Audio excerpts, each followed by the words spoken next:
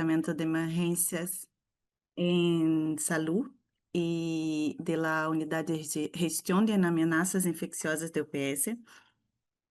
Gostaríamos de dar a mais cordial bem-vinda a este webinário, titulado Recomendações Intersectoriais para Vigilância em Fauna Silvestre, Animales Domésticos e Humanos.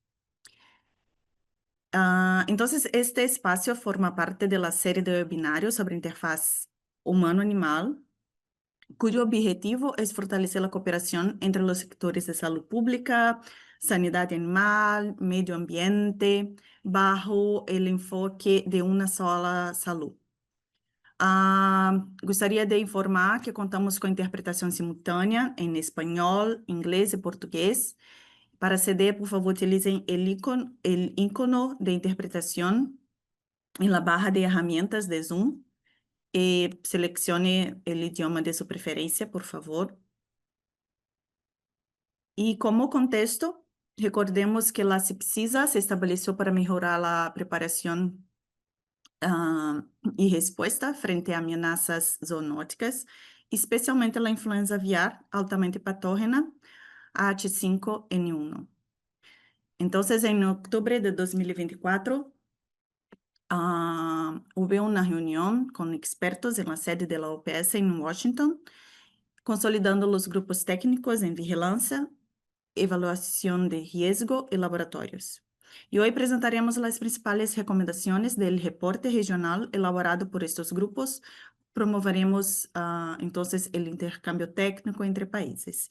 Agradecemos muitíssimo sua participação e os invitamos a interactuar ativamente durante a sessão de perguntas e respostas.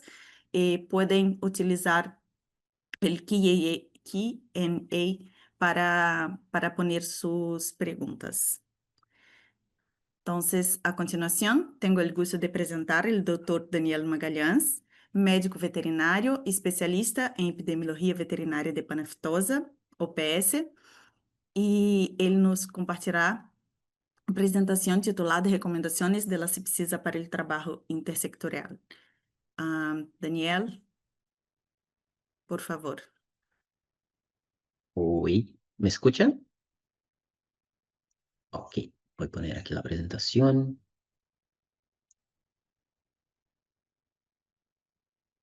Sí. ¿Listo? ¿La ven? Perfecto. Muy bien. Ahora paso al portugués, que creo que me sale un poco más natural, ¿no? Entonces, bom, pessoal, Bueno, buenos días a todos ustedes. Es un placer poder presentar este trabajo que hemos hecho desde la OPSI con el monitoreamiento de la situación epidemiológica de la influencia aviar en la región desde que llegó. Gracias, PRI, gracias a todos los que nos escuchan y a la organización de los colegas. Bueno, comienzo esta presentación dando una visión general de lo que vamos a comentar aquí. Primero me gustaría hacer una introducción de cómo la enfermedad se está estableciendo en nuestra región a lo largo de estos últimos años y a partir de eso hacer un diagnóstico situacional de cuáles son los principales desafíos que enfrentamos en esta articulación entre los diferentes sectores para conseguir dar calma a los desafíos que la enfermedad nos está imponiendo en la región. Después paso un poco por la historia, la estructura de la comisión, cómo se formó, cuáles son los grupos que están establecidos y cómo es que las actividades que realizan. Y al final las recomendaciones que fueron generadas a través de las reuniones de estos grupos especialistas.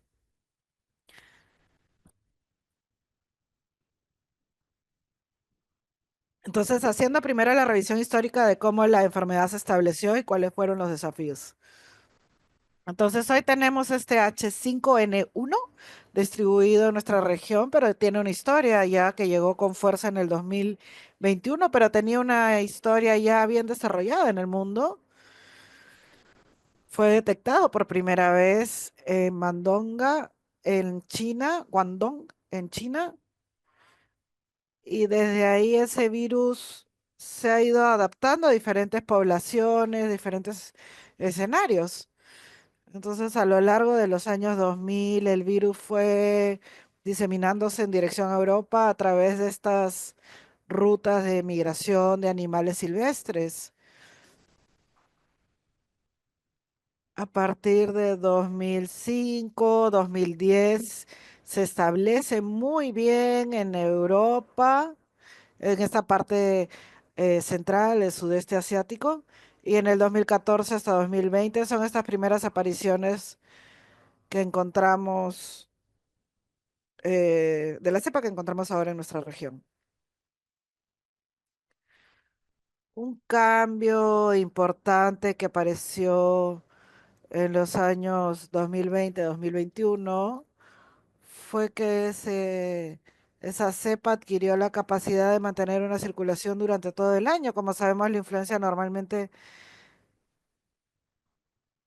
tiene oscilaciones de incidencia a lo largo del año, pero en este caso específicamente consiguió establecerse en las poblaciones silvestres y consiguió mantenerse durante mucho tiempo, durante todo el año, presentando también mortalidad alta en poblaciones silvestres y notándose un cambio en el contexto epidemiológico de la enfermedad en 2021 a través de las rutas de migraciones. Llega hasta nuestra región, llega a las Américas, primero a América del Norte, expandiéndose rápidamente entre Canadá y Estados Unidos. Y en octubre de 2022 tenemos la primera detección. Una vez que el virus se establece en América del Norte, empezó una migración en dirección a América del Sur, y en el 2022 tenemos esta primera detección en Colombia con una rápida propagación regional en América del Sur. Bueno, cuando vemos América del Sur, esto es lo que vemos, ¿no? Un rápido aumento en América del Norte, una expansión para centro y sur durante 21, 22 y 23. En la región tenemos una muy importante producción avícola. De los 10 mayores productores de carne de pollo en el mundo, 5 están en esta región: Estados Unidos, México, Colombia. Entonces, nuevamente, una importancia tanto desde el punto de vista de salud animal, como también la capacidad de adaptación del virus. Establecer cómo se establece el virus es muy importante para poder entender el contexto. Bueno, como comenté antes, desde el 96 tenemos informaciones de este virus circulando en el mundo, y a lo largo de este tiempo hemos ido adquiriendo conocimientos, entendiendo bien características genéticas, cómo se relaciona con diferentes poblaciones. Pero aquí en nuestra región específicamente, como es una novedad, bueno, era una novedad hasta ese momento, teníamos una epidemiología poco conocida. No sabíamos cómo ese virus, aún estamos entendiendo cómo este virus se establece en nuestra región. Aquí en las Américas tenemos una heterogeneidad muy importante en general, ¿no? Tanto de rentas, sistema de producción, capacidad de respuesta, capacidad de detección. Entonces, esta heterogeneidad, eso presenta desafíos para poder ver cómo el virus se establece. También tenemos una biodiversidad muy relevante en esta región, de diferentes especies de aves, diferentes mamíferos silvestres, y finalmente una importancia muy alta de las grandes producciones para subsistir, que en muchos países de la región son muy importantes para el punto de vista de la seguridad alimentaria de la población. Aquí es donde encontramos una representación un poco más, creo que la representación es del 2023, de cómo estaban los casos en animales silvestres y animales domésticos. Vemos que ya están diseminados en América del Norte y principalmente la parte silvestre en nuestras costas y animales domésticos en el centro del país. Y se ve que también En rojo están los casos, los países que tuvieron casos humanos. Entonces tuvimos casos humanos en Estados Unidos, México, Canadá, Ecuador y Chile. Cada caso humano, cada país tiene temas específicos, ¿no? Tuvimos casos relacionados a animales silvestres, tuvimos algunos de bovinos de leche, algunos de casos humanos relacionados a producción para subsistencia. Entonces, nuevamente colocando aquí un desafío importante para poder entender y organizarnos alrededor del contexto desafiante. Otro ejemplo que me gustaría traer, aún en esta revisión del contexto, es traer esta visualización de casos en animales silvestres.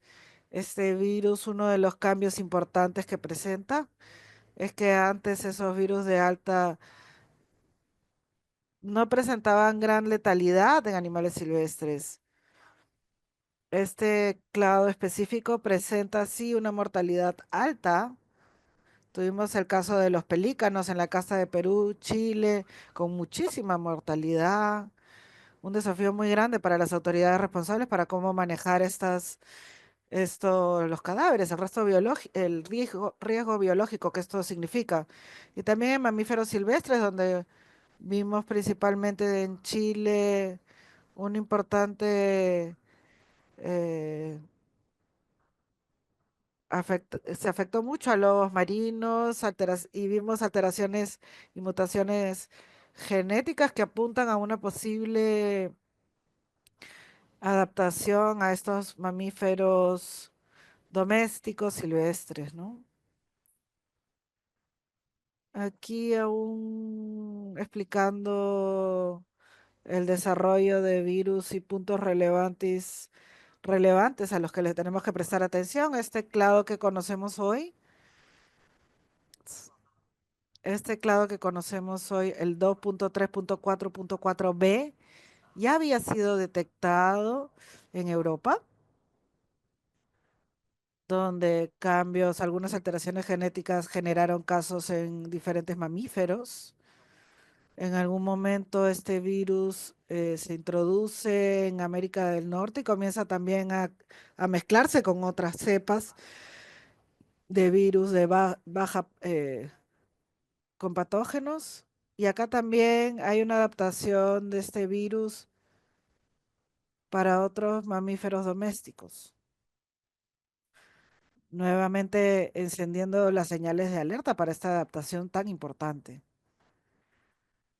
Para finalizar el histórico, hasta el comienzo de 2025, el número de casos donde podemos ver que, bueno, el escenario que teníamos de alta expansión de casos en América del Norte, 2022 hasta 2023, esta entrada, el ingreso a América del Sur al final del 2022 y principalmente durante el año 2023, y una disminución del número de casos a lo largo del 2024-2025.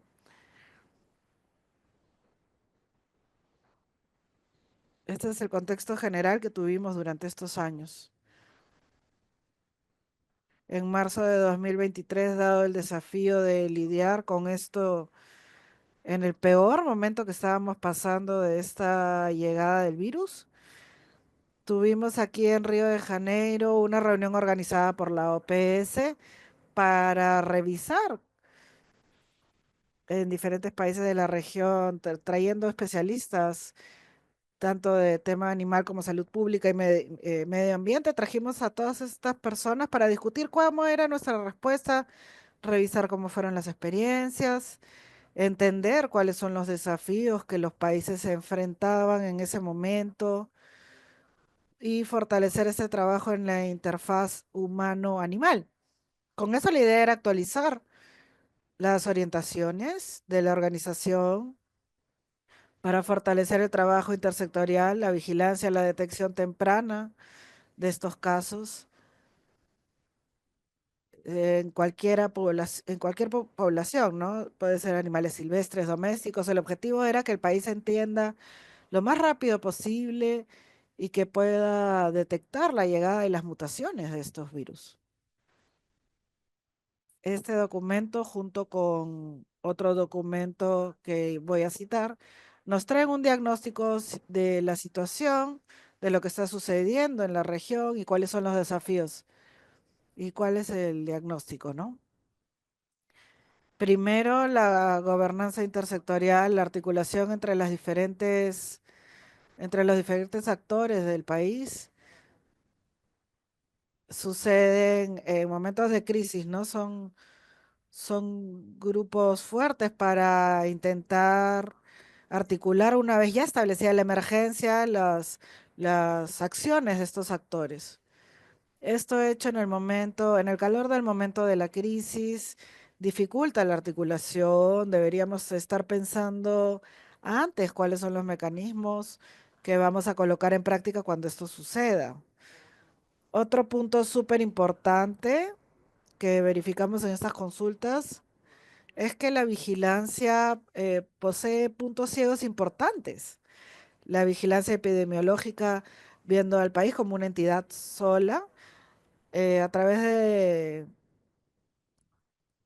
Tiene bajos niveles de detección en poblaciones que tienen traspatios, que tienen crianza para subsistir, ¿no? Estas poblaciones, eh, estas aves que se usan para subsistir no están cubiertas para uso veterinario, que es el profesional que se ocupa prioritariamente de las aves domésticas.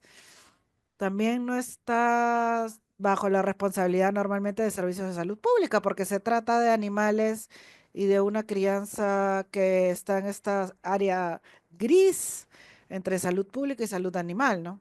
Otro punto importante que detectamos fueron los laboratorios con baja integración. Entonces, laboratorios de salud pública y salud animal con poca integración y con baja capacidad de análisis de informática principalmente. Otro documento interesante, aún en este diagnóstico situacional, de un documento interesante que hace este registro histórico de desafíos encontrados, fue este de los colegas de FAO, donde evalúan durante varios seminarios las respuestas de los países de América Central, en el Caribe, en el brote que encontramos. Acá también pueden ver un extracto muy interesante sobre la respuesta. En el diagnóstico situacional vemos que datos e informaciones están aislados, no existe una coordinación, un entendimiento de cuáles son las informaciones fundamentales que todos deben recopilar a la hora de la respuesta. La capacidad operativa de los países para lidiar con mortalidad en fauna silvestre también aparece como un desafío importante, tanto el tema de protocolos, cómo es el entierro de estos animales o cómo se disponen los cadáveres, cómo son las muestras. Toda esta respuesta en animales silvestres aparece siempre como un punto débil de nuestra capacidad como países de responder. Otro punto importante es la economía política, los costos. Todos los costos no son bien entendidos de una forma intersectorial. Entonces, los costos de la respuesta frente a animales silvestres, quién tiene suficiente aportes para eso, los costos con la mortalidad, compensación en animales domésticos, también no están bien establecidos. Y todo eso perjudica la preparación para nuevos brotes. Entonces sabemos que hoy probablemente esta enfermedad no va a aparecer de nuestra región y sería bueno tener esa estructura de preparación bien definida para que podamos responder bien para los próximos desafíos. Bueno, después de toda esta discusión de cómo vamos a lidiar, viene en 2024 la implementación de la Comisión Intersectorial para la Prevención y el Control de Influencia Zoonótica. En principio la discusión giraba alrededor principalmente de la influenza aviar. Originalmente el nombre de la comisión era centrado en la influencia aviar, pero después de entender que esta influenza aviar de alta patogeneidad es un problema mayor, ¿no? Entonces tenemos otras, otras, otras sensibles, ¿no? Como son, por ejemplo, los cerdos, otras poblaciones. Entonces la comisión cambió el nombre a influencia zoonótica para poder abarcar también otras fuentes de riesgo, pero el foco al principio es principalmente las influencias de patogenia alta, ¿no? Entonces todas las conversaciones son alrededor de eso. Bueno, además de la parte administrativa, tenemos la parte de grupos de trabajo con temas específicos para discutir. En estos grupos de trabajo invitamos a especialistas de diferentes países, diferentes áreas. Al principio, grupos hablando de sistemas, canales de riesgo, laboratorios, coordinación intersectorial, preparación y respuesta. La primera reunión,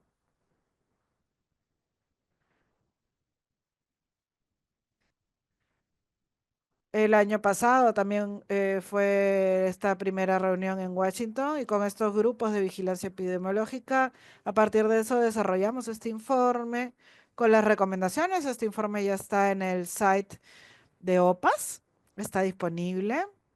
Creo que PRI tiene el link para que puedan ver, para que puedan bajarlo y leer de manera fácil este informe. Y este informe ve cuáles son las principales recomendaciones que tenemos en los diferentes sectores, viendo la articulación entre los sectores. Entonces, el foco no es específicamente intrasectorial, sino entendiendo las acciones que son relativas a los otros actores también. Ahora voy a ver con ustedes las recomendaciones, las principales recomendaciones. Mi parte principal en salud animal y animales silvestres. En la próxima presentación, Priscila va a profundizar un poco más sobre salud pública. Entonces, hablando de las recomendaciones en fauna silvestre. Como dije antes, la fauna silvestre normalmente es uno de los puntos ciegos de esta vigilancia. Dentro de las tres áreas, normalmente el área que tiene menor presupuesto, infraestructura para poder responder, pero es probablemente el sector que va primero a entrar en contacto con la enfermedad. Normalmente la influencia aviar va a aparecer en el país al principio por la fauna silvestre, entonces es muy importante que ver que a través de este apoyo intersectorial para disminuir el riesgo y aumentar nuestra capacidad de detección a estas poblaciones. Para eso hay algunos puntos clave que se deben tener en cuenta a la hora de articular este trabajo. Lo primero es definir principalmente las competencias de quién va a trabajar en esta fauna silvestre. En diferentes países, esta responsabilidad está a cargo de diferentes instituciones. Existen inclusive instituciones o países que tienen instituciones más enfocadas para el mantenimiento, para la vigilancia de estos animales silvestres, y en otros países está a cargo del servicio veterinario oficial. Entonces, estas diferentes articulaciones aparecen y tenemos que entender justamente quién es el responsable y tener muy claro quién es el responsable para esta vigilancia, para colectar las muestras, para procesar las muestras. Y esto puede ser hecho en articulación con otras áreas. Entonces, podemos tener que la autoridad ambiental va a colectar las muestras y quien las va a procesar es el veterinario oficial o hacer una secuencia genética a través de laboratorios de salud pública, por ejemplo. Definir las competencias es fundamental para que podamos generar los protocolos y hacer los entrenamientos y evaluaciones necesarias. Otro punto importante es ver los casos sospechosos. Entonces, entender las particularidades de la vida salvaje es fundamental, pero al mismo tiempo el aporte de la salud pública y la salud animal para poder decir cuál es un caso sospechoso y cuáles son los casos que sí o sí tenemos que tener una muestra. Así podemos establecer quién hace el monitoreo de la vida silvestre, principalmente el seguimiento en rutas migratorias, notificaciones de sospechas y colección de muestras. Otro punto importante es la implementación de herramientas tecnológicas que apoyen la vigilancia. Dentro de estas herramientas tecnológicas podemos no solo evaluar las rutas de animales silvestres, pero también cruzar las informaciones con otras poblaciones relevantes como las aves de subsistencia, las comerciales, entender, mapear mejor el riesgo entre las diferentes poblaciones. Y también para finalizar, que en fauna silvestre fomentar las colaboraciones públicas, privadas y académicas. Mucho trabajo, la academia tiene un trabajo muy importante para monitorear el virus en estas poblaciones silvestres, pero también tiene sus preocupaciones con publicaciones, con los datos que son generados. Entonces, a través de esta colaboración público-privada de las academias, podemos establecer muy bien cómo nos vamos a relacionar con la academia y cuáles son los beneficios de cada uno dentro de este proceso. Bueno, en aves silvestres, la primera recomendación es justamente el mapeamiento, hacer el mapeo del riesgo de las grandes comerciales de las aves de subsistencia. A través de este mapa que vamos a hacer de las aves silvestres, tendremos una estructura muy clara de dónde son los lugares, una visualización muy clara de cuáles son los puntos de riesgo en esta interfaz entre el silvestre y el doméstico. A través también de este mapeo para implementar las campañas de concientización para los agricultores. Esos agricultores, esa población humana, será nuestra primera línea de identificación de señales de la enfermedad. Aparte de eso, podemos enfocar nuestras acciones de vigilancia en áreas de riesgo y tener la seguridad que estamos cubriendo el territorio de la mejor forma posible. Otro punto importante para las recomendaciones de aves silvestres es incluir dentro de la investigación epidemiológica que el servicio veterinario hace los aspectos relevantes para la salud pública. Entonces, no hacer atención solo al caso de aves domésticas, pero también a través de las articulaciones con los otros servicios, entender los alrededores del caso, ¿no? Entonces, ¿cuáles son las otras poblaciones que están bajo riesgo? Poblaciones humanas, como otras poblaciones silvestres que puedan estar bajo riesgo. Y el servicio veterinario tiene la capacidad, si es el primero en atender la entrada en aves comerciales, él también genera información, generar formas de acción para las otras entidades. El último punto dentro de las aves domésticas principalmente, y aquí es un concepto muy importante, es la vigilancia también de otros subtipos de influencia aviar de baja patogenicidad, como es al H9N2, este nombre que es dado solo en gallinas. Entonces, otros virus que tienen baja patogenicidad también son de atención para la salud pública. Entonces, para los servicios veterinarios, la posibilidad de hacer el seguimiento, de monitorear estos otros virus es muy relevante para poder tener un mejor entendimiento de cómo anda esta epidemia en la región. Hoy esos subtipos no son de notificación obligatoria de las autoridades internacionales, entonces raramente son notificados cuando se encuentra algo así, pero creemos que esa notificación debe ser relevante, importante en el futuro. Eh, Hablando aún de animales domésticos, pero hablando de mamíferos, tenemos dos poblaciones relevantes de mamíferos domésticos en la región, que son tanto los cerdos como los bovinos, ¿no? La porcina, la familia porcina también es un punto ciego en la vigilancia de la región. Entonces sabemos de la circulación de estas influencias, son prevalentes en la región, pero no entendemos aún cuál es el tamaño, la magnitud. No hemos hecho un acompañamiento adecuado de esta población y de las modificaciones de los virus en esa población. Entonces, para eso entendemos que es necesario hacer la evaluación conjunta y detectar cuáles son las variantes más preocupantes para esta evaluación conjunta del riesgo y evaluarlas para poder hacer el seguimiento de todo. A partir de esa detección, establecer cuáles son los protocolos de vigilancia y también hacer camino al contrario, ¿no? Una vez que detectamos las variantes porcinas en humanos, podemos ver qué es lo que está sucediendo en esa población y eso se hace articulando para bovinos, entendiendo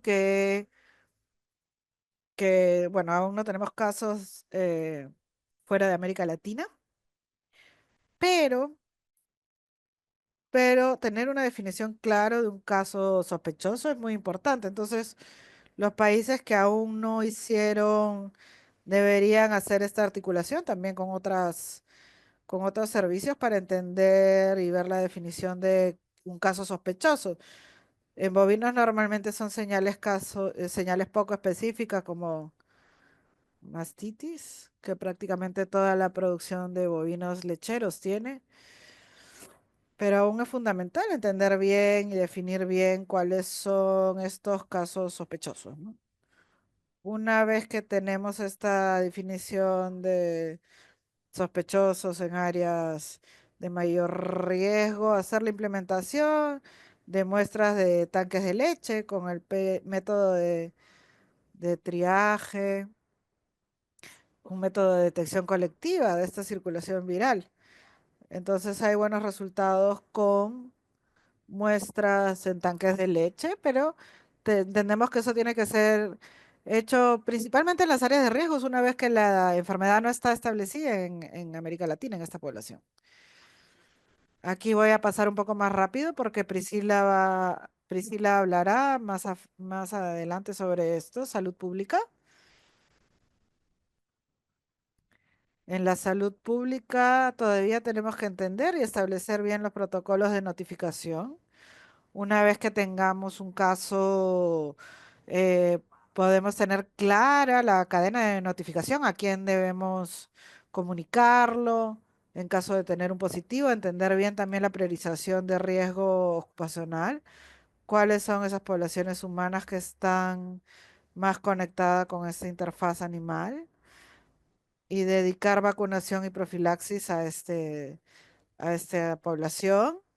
Y también entendemos que la vigilancia comunitaria es muy relevante, especialmente en los países que no tienen una producción agrícola, avícola muy fuerte. La vigilancia comunitaria entra como uno de los principales elementos para la detección oportuna del ingreso del virus. Y en ese sentido, los agentes de salud pública son nuestros grandes aliados, son quienes pueden llevar esta información, esta preocupación a las familias y a los agentes locales. Finalmente, tenemos también algunas recomendaciones a laboratorios que Priscila comentará nuevamente.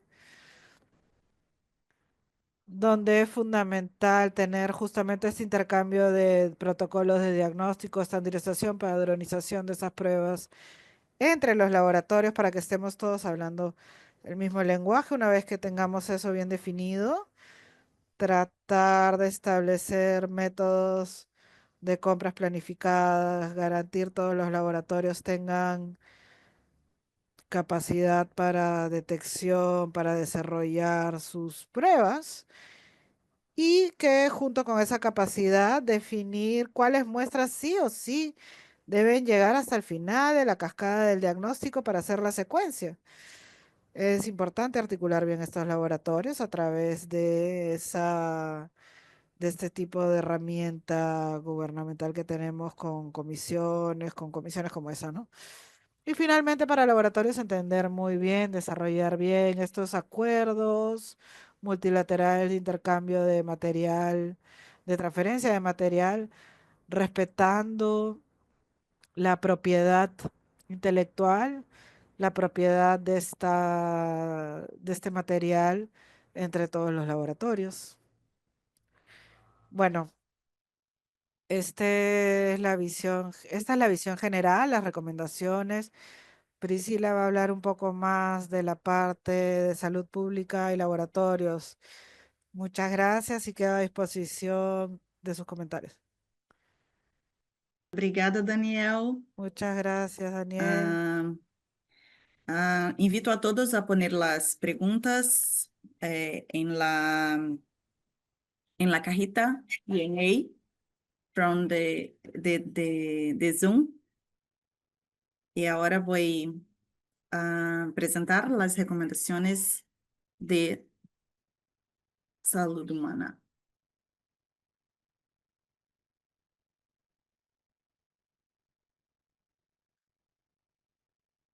¿Me confirman si están viendo mi pantalla? Y se ve. Gracias. Entonces, esto es la parte del informe de las recomendaciones para la vigilancia en humanos.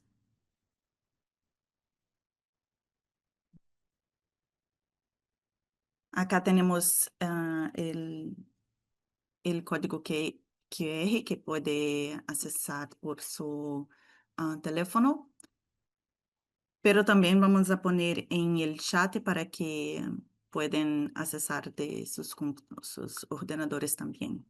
Así como Daniel ya hecho una excelente introducción tanto del CIPASA cuanto de este informe, me voy directamente a la parte de salud pública, hablando de la vigilancia en poblaciones humanas ocupacionalmente expuestas, que es la identificación de los grupos de riesgo, que se pasa es que tenemos como trabajadores en granjas, lecheras, porcinas, los grupos con mayor riesgo ocupacional.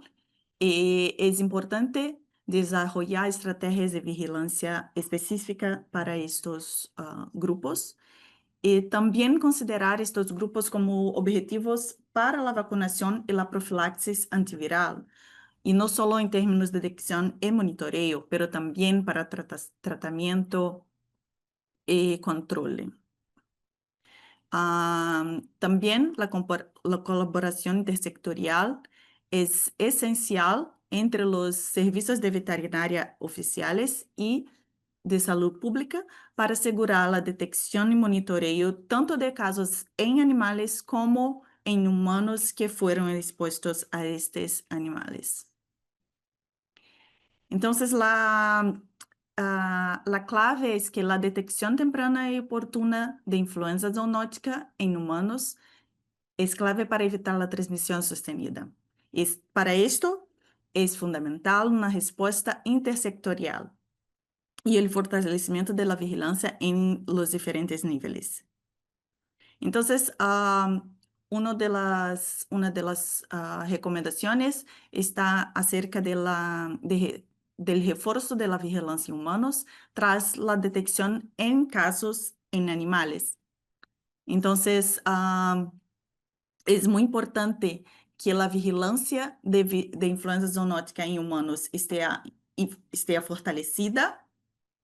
Se no está implementada, que sea implementada. También hacer la vigilancia basada en eventos respiratorios inusitados en la comunidad, los servicios de salud, los medios de población específicas. Se no tiene este abordaje que se implemente, es la recomendación, y también reforzar la vigilancia en respuesta a brotes en animales. Una vez que las poblaciones más expuestas están en contacto directamente con estos animales. El segundo punto es coordinar la respuesta intersectorial entre los casos, ante casos humanos de influenza zoonótica. Entonces, cuando se tiene la integración tanto de la vigilancia de salud pública con los servicios, servicios veterinarios oficiales, es posible no garantizar, pero tener más chances de garantizar una respuesta más oportuna, más temprana. Desarrollar protocolos para la investigación de casos en humanos y su conexión con animales es también muy importante, porque una vez que se tenga esta información de la conexión con animales, se puede hacer una investigación también de forma más temprana. Monitorear la evolución epidemiológica y la posible transmisión. Si hay casos, otros casos, tanto en la población de animales, hasta este momento no tenemos transmisión de humanos a humanos, pero es una cosa que debemos tener en consideración una vez que el virus se cambia mucho de forma inesperada, así que es muy importante que tengamos también todo este monitoreo para verificar la posible transmisión entre humanos también. El tercer punto es involucrar a la comunidad en la vigilancia de influenza zoonótica. Concientización para tenedores de aves de traspacho, integrar la vigilancia comunitaria con la detección temprana, tanto para humanos como también para animales, y capacitar a la población sobre síntomas y mecanismos de reporte. Entonces, esto todo, hacer la vigilancia en la comunidad y traer ellos para que seamos capaces de hacer una vigilancia, una detección más temprana, una vez que ellos entienden un poco más sobre los síntomas, especialmente en la población de expuestos, va a ser esencial. Entonces, acá tenemos el ejemplo de la vigilancia intersectorial en Paraguay, donde el sector de salud animal tiene directrices con el fin de identificar de manera temprana los casos que presenten la interfaz. Entonces, por medio de la vigilancia de los expuestos. Entonces, dentro de su protocolo, si hay una aparición de los focos de influenza aviar en animales, rápidamente hace un monitoreo estricto de los expuestos. Así se puede hacer una detección temprana de los casos sospechosos en humanos y también hacer actividades de comunicación de riesgo con la comunidad. Ahora voy a hablar un poco sobre la vigilancia por laboratorio en nombre del equipo de respuesta del laboratorio. Entonces, las recomendaciones clave para el diagnóstico laboratorial de influenza aviar y zoonótica son muchas, pero creo que son todas que siempre buscan fortalecer la capacidad de diagnóstico de influenza aviar y zoonótica, promoviendo esta colaboración intersectorial que es que estamos buscando, y también la integración de nuevos protocolos y tecnologías entre los diferentes sectores. Entonces, sobre este punto, es importante fortalecer la capacidad de los laboratorios de salud animal y humana. Eso, Daniel comentado, que es importante garantizar que hablamos la misma lengua. Entonces, hacer intercambio de protocolos, perdón, hacer intercambio de los protocolos que se utiliza tanto para salud humana quanto para salud animal, es muy importante que todos estén en la misma página. Estabelecer también directrices regionales para el diagnóstico laboratorial en populaciones animales como la fauna silvestre, cerdos, com definição clara de flujos, protocolos e critérios diagnósticos. Um minuto, por favor.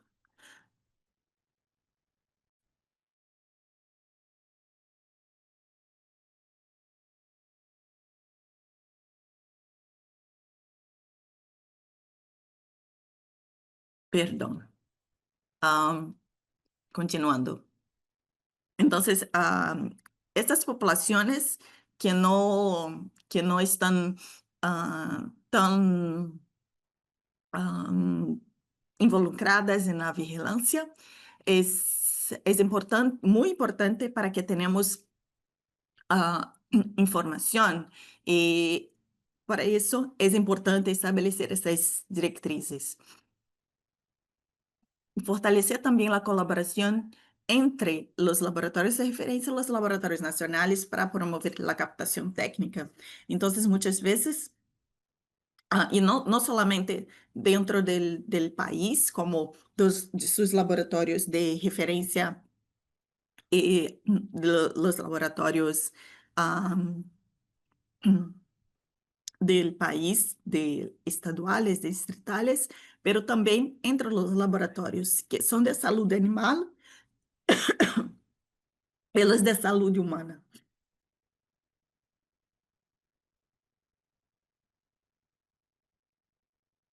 Pasa. Entonces acá tenemos el ejemplo del México, que possui um sistema integrado de laboratórios para detecção de influenza zoonótica, que tem protocolos diagnósticos estandarizados implementados, assim fortalecendo a capacidade de detecção e resposta, uma vez que se tenha casos sospechosos. Então, esta integração entre os laboratórios melhora a vigilância epidemiológica e a resposta à influenza zoonótica.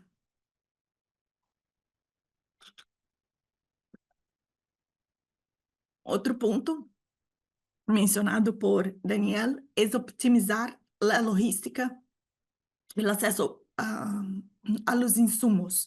Sabemos que isto é um ponto muito importante em nossa região, que muitas vezes se passa uma emergência e para comprar e ter reativos e insumos é muito difícil. Então, a ideia é fazer estratégias intersectoriais para nacionais e regionais para isso, e assim se pode reduzir os retrasos e garantizar uma maior eficiência em los processos. fortalece la cooperación intersectorial,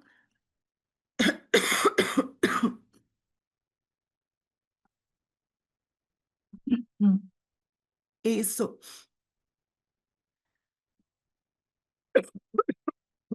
perdón.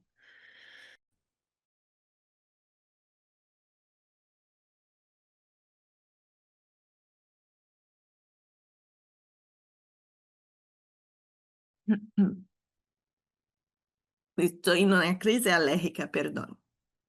Eh, es sensibilizar a los países sobre la importancia de hacer esa colaboración entre los diferentes sectores para, y no solo entre los sectores internamente, pero entre los países, para que se pueda hacer análisis de muestras de alta prioridad de forma conjunta, para que sepamos lo que se pasa, solamente en nivel nacional con los otros sectores, pero también a nivel regional. Haciendo esta articulación entre los laboratorios de salud humana y animal. También el enfoque en la sola salud en los laboratorios de salud animal, que muchas veces tenemos en laboratorio humano un poco más establecido, pero hacer esta sensibilización también para el sector animal, para que entendan la importancia de su contribución a la vigilancia global de la influenza. Y no solamente para la información epidemiológica, mas também com material de referência para as vacinas humanas para vírus influenza pandêmicos, que é um ponto muito importante para que tenhamos vírus que estão circulando em nossa região que puedan ser representantes para posibles vacunas de vírus pandémico.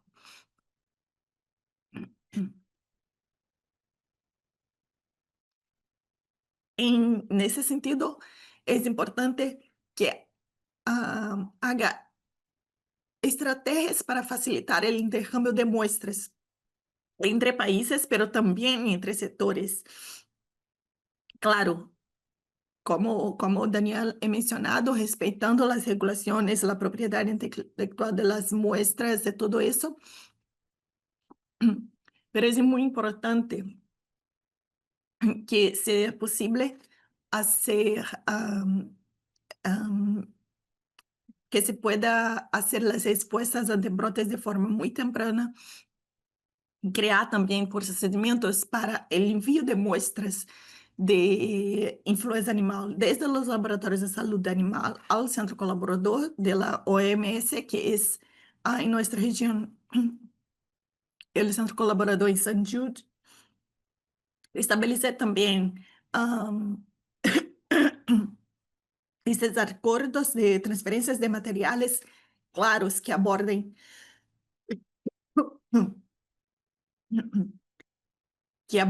os benefícios e todo, para que seja possível fazer este intercâmbio, garantizando a propriedade intelectual, como he mencionado. Então, para isso, vou trazer o exemplo del Ecuador, donde se puede, el Laboratorio de Salud Humana apoyó el Laboratorio de Sanidad Animal para el análisis e intercambio de muestras. De esta forma, es posible mejorar la detección temprana, el monitoreo de la evolución viral y la toma de decisiones en conjunto, reforzando la vigilancia en la interfaz y fortalecendo estrategias de respuesta para futuros brotes. Entonces, tenemos también otros ejemplos más recientes en la región, donde el Laboratorio de Salud Pública se disponibilizó a hacer la secuenciación de las muestras en animales. Eso creo que es un punto muy, muy, muy importante para que se entienda lo que está pasando con los virus, y se pueda hacer este monitoreo y tal vez modificar, por ejemplo, una respuesta o dar seguimiento a estos casos. Hablando un poco de esta parte de secuenciación, entonces la secuenciación genómica es muy importante para la detección temprana. Si, por ejemplo, tiene mutaciones que sabemos que está relacionada a adaptación del virus en una población de mamíferos, por ejemplo, o la transmisión de humano a humano. Entonces, fortalecer esta colaboración que realiza una secuenciación genómica y asegurar una secuenciación rápida y estandarizada entre los sectores de salud animal y los laboratorios humanos es muy, muy importante para la detección temprana. Y también hacer el uso de secuenciación como parte de la rutina. Muchas veces la parte del sector animal tiene más enfoque en hacer la subnotificación del virus, pero en términos de salud pública, la secuenciación es muy importante para que sepa justamente estes marcadores de maior transmissibilidade a mamíferos ou uma possível mutação de transmissão de humano a humano ou até mesmo os marcadores de suscetibilidade a los antivirales. E também alentar a participação de los laboratórios animais em la rede de vigilância genômica de UPS, que é PAHOGEN. Isso todo buscando fazer esta colaboração intersectorial. E acá trago o exemplo de Chile, que hace eso tiene una colaboración grande entre el Servicio Agrícola y Ganadero y el Instituto de Salud Pública, permitiendo que permite una vigilancia eficaz para influenza, donde se combina las capacidades de diagnóstico y también de secuenciación. Otro punto que es importante es fortalecer la capacidad para realizar análisis de vigilancia genómica, para hacer el monitoreo del virus. Tanto identificando virus que sean relevantes para a salud pública, pero también como virus que sean relevantes para la salud animal. E hacer investimento de las capacidades de análise bioinformática en los laboratorios de salud animal y humana para mejorar la interpretación de dados. Que lo que pasa que muchas veces hacemos secuenciación, y no se es capaz de analizar los datos y verificar lo que se pasa con la evolución, con si hay marcadores de virulencia o de marcadores de transmisión, o aún, como dijo, adaptación a mamíferos, resistencia. Isso tudo deve ser ah, idealmente hechos de forma rotineira, para que se pueda detectar de forma temprana se hay alguno de estos marcadores que exige más atención. E para encerrar, gostaria de deixar acá, perdão, dejar acá esta mensaje, que es que la vigilancia efectiva y la preparación ante amenazas emergentes depende de la coordinación intersectorial. Todos deben estar en la misma página. Y también el fortalecimiento de los laboratorios. Solo con la detección temprana y colaboración podremos responder de manera oportuna y proteger la salud pública y también la salud de los animales. Con eso encerro la presentación. Acá tiene algunos enlaces que se puede accesar para tener más informaciones, tanto el enlace para el informe, pero también informaciones de influenza aviar, donde tenemos también informaciones más detalladas de, ah, de Cipsisa y los informes que tenemos, también el tablero con todas las informaciones de H5 en las Américas, informaciones de laboratorio también, y informaciones de situación de influenza, SARS-CoV-2, VRS y otros virus respiratorios en la región de las Américas. Así se puede tener una información general de lo que se pasa en nuestra región. Yo voy a quedar por aquí y gostaria de pedir apoyo a Milena, por favor, Milena, porque Claro que mi sí, voz. claro que sí. No, no te preocupes. Ya tengo acá, Gracias. tenemos 6 preguntas en este momento. Entonces voy a empezar a revisarlas para ver si Daniel me ayuda o si es con Priscila que la vamos respondiendo. Muchas gracias por la presentación de los dos. Creo que nos mostraron un muy buen escenario y unos grandes avances. Iniciamos con esta pregunta. Alberto Colorado de México nos dice, ¿incluyen algún trabajo colaborativo con Mycobacterium bovis, sobre todo en el ganado vacuno? Hola, Doc. Gracias por tu pregunta, pero no, en este momento estas actividades son relacionadas solamente a influenza, ¿no?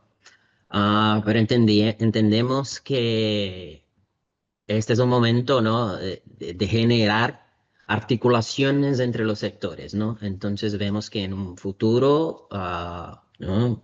Estos mecanismos de gobernanza, de articulación entre diferentes actores pueden generar frutos también para otras enfermedades, ¿no? Así como tuberculosis, brucelosis y todo. Entonces vemos como un momento, ¿no? De aprender mucho sobre de articulación y todo.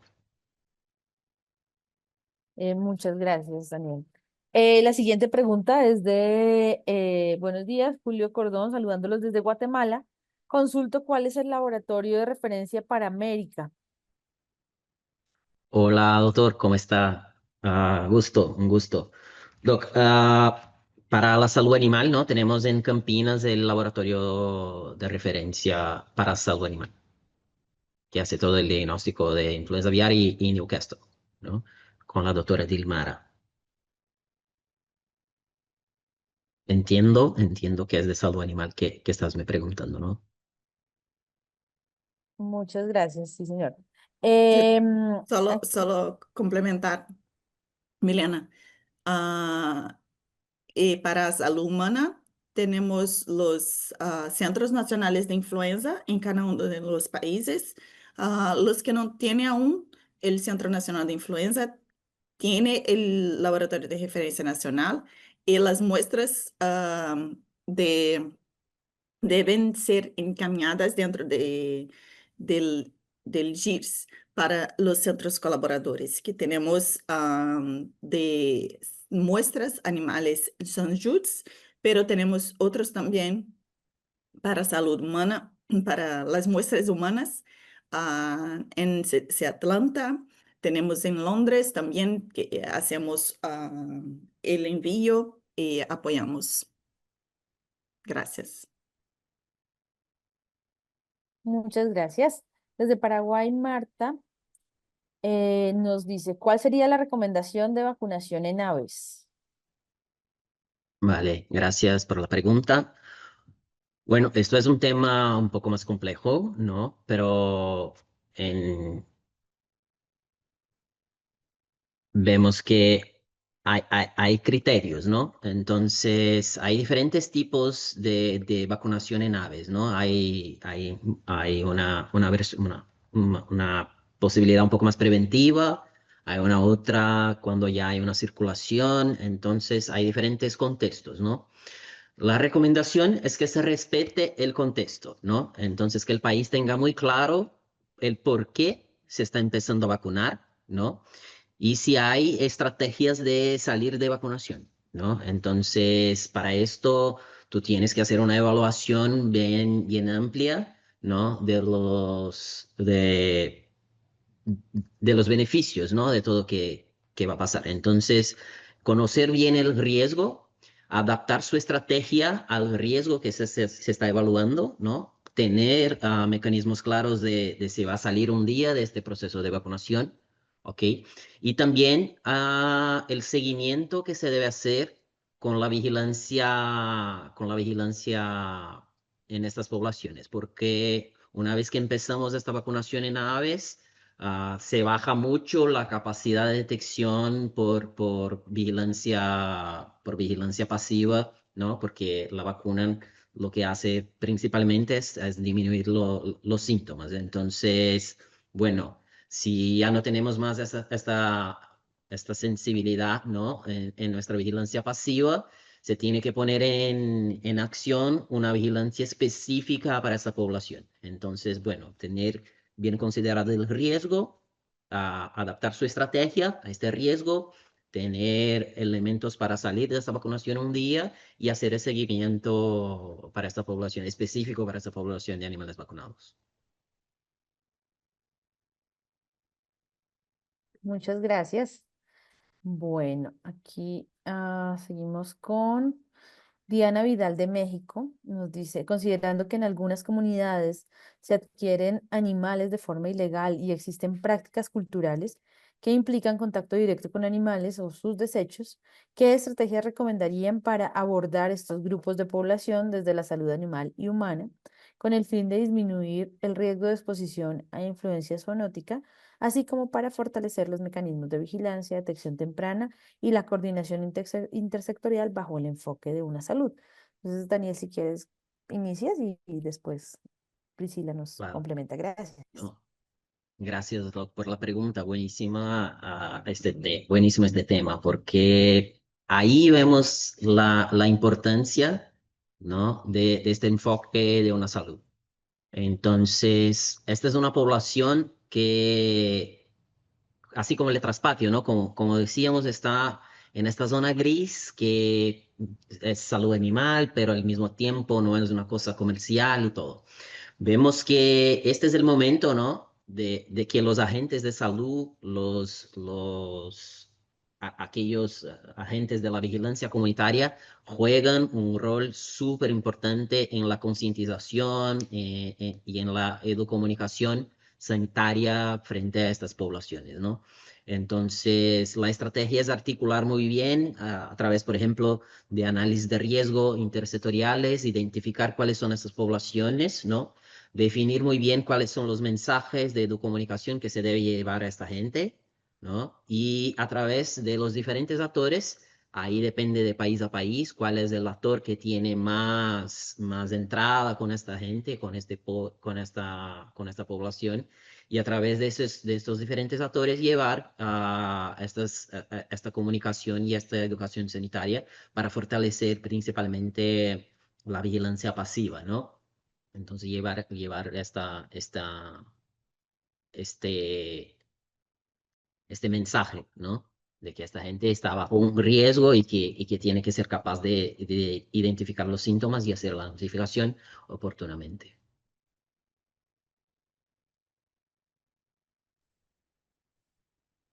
Sí, y creo que también hacer una comunicación de riesgo efectiva para estos y, si posible, tener vacunación para algunas poblaciones de mayor riesgo para influenza sazonal, no pandémico.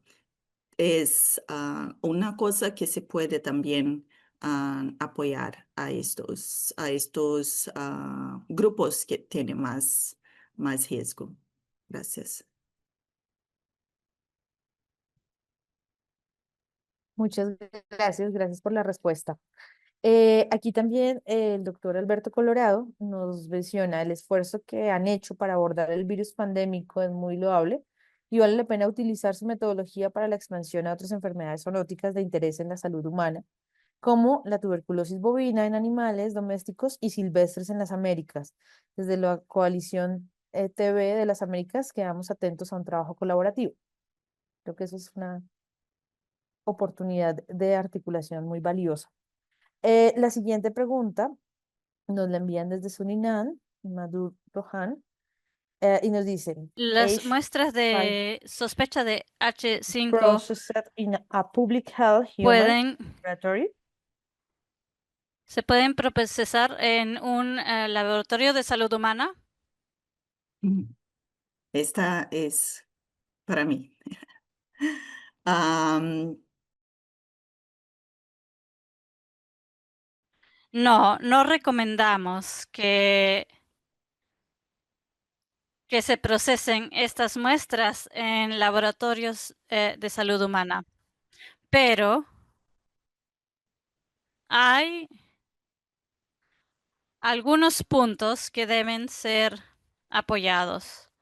Hay algunas formas de apoyar al país. Por ejemplo, si tenemos un laboratorio, si tienen un laboratorio que es específicamente para la manipulación de la muestra, pueden usarlo y enviar el ARN al laboratorio de salud humana. En este caso, ahí sí se podría procesar ese producto que ha sido extraído de la muestra. Es muy importante tener esto en cuenta una vez que es muy importante considerar las instrucciones de bioseguridad de los Centros Nacionales de Influenza y los laboratorios de referencia nacionales para salud humana.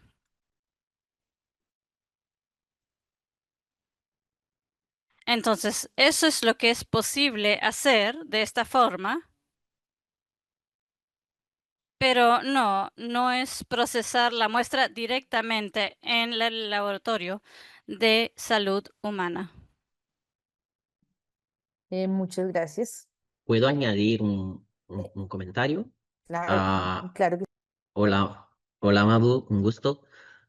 Bueno, nuevamente, ¿no? Esta articulación creo que ese es el momento fundamental de entender muy bien cuáles son las capacidades mínimas de cada uno de los laboratorios, ¿no? Entonces, desde salud animal, ¿cuáles son las necesidades mínimas que deberíamos tener, ¿no? Para que, bueno, logramos un diagnóstico, pero es un buen diagnóstico, por ejemplo, por serología, ¿no? Y después pasar solamente el material genético, ¿no? En las condiciones que presentó Priscila a un secuenciamiento o algo un poco más detallado desde salud pública, por ejemplo, ¿no? Esto se puede manejar, pero ahí nuevamente viene la necesidad de estandarizar los protocolos, de armonizar bien esta cadena, ¿no? Para que tengamos muy claro cuáles son las competencias de cada uno y cómo cada uno puede colaborar. ¿no? Entonces, lo que recomiendo en ese sentido es que bueno, tengamos esa capacidad mínima de llegar a un diagnóstico, ni que sea por serología, sin problema, es suficiente, ¿no? Para entender bien el riesgo y después pasar a un detallamiento un poco mayor en los laboratorios de salud pública, por ejemplo. Pero nuevamente, ahí viene la importancia de articular bien estos entendimientos por toda la cadena. ¿Ok? Perfecto, muchas gracias. Respecto a los enlaces, ya están en el chat el enlace del informe que nos mencionaba Priscila y las presentaciones también las compartiremos más adelante. La última pregunta es de Guatemala, María del Mar Ordóñez. Nos dice, ¿alguna recomendación sobre vigilancia en mercados de aves vivas? Ahí, Daniel, creo. Gracias por la pregunta. No hay recomendaciones específicas, ¿no? Pero vemos que pasa un poco por la misma estructura que hablamos anteriormente de estas poblaciones, como comentó la colega de México, ¿no? Que no están bajo específicamente un servicio. Entonces, bueno, mapear el riesgo creo que es el primer punto más relevante de esto todo, ¿no? Con un buen mapeo, ¿no? De dónde están esos mercados, cuáles son las conexiones que tienen estos mercados con poblaciones de traspatio, de animales silvestres y la posible circulación viral, ¿no? Entonces, todo creo que empieza con el mapeo de riesgo, viendo el contexto que tenemos en la región. Lucero levantó la mano, voy a intentar darle acceso para que pueda comentar lo que ella quiere mencionar. Ahí, ya tienes audio, por favor, Lucero. No oí lo que dijo del mercado de aves vivas, pero yo tengo el teléfono de Daniel. Ya está reactivando el auto. ¿Cómo así? ¿Estás con el audio abierto?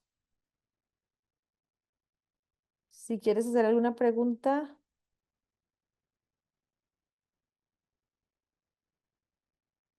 No.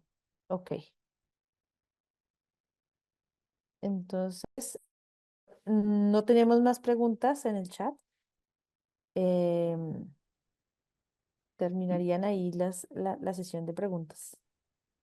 Priscila, te Ok. paso. Mil gracias, Milena, por todo el apoyo. Si tiene, si tiene preguntas adicionales o desean más informaciones, yo acabo de poner los correos en el chat. Y gostaria de agradecer, muchas gracias a todos por su participación. Especialmente agradeço a Panaftosa, representado por Daniel. También agradeço a los equipos de interpretación y a cada uno de ustedes por las contribuciones. Tengan todos un excelente día y nos vemos en el próximo webinario. Chao. Chao. Muchas gracias.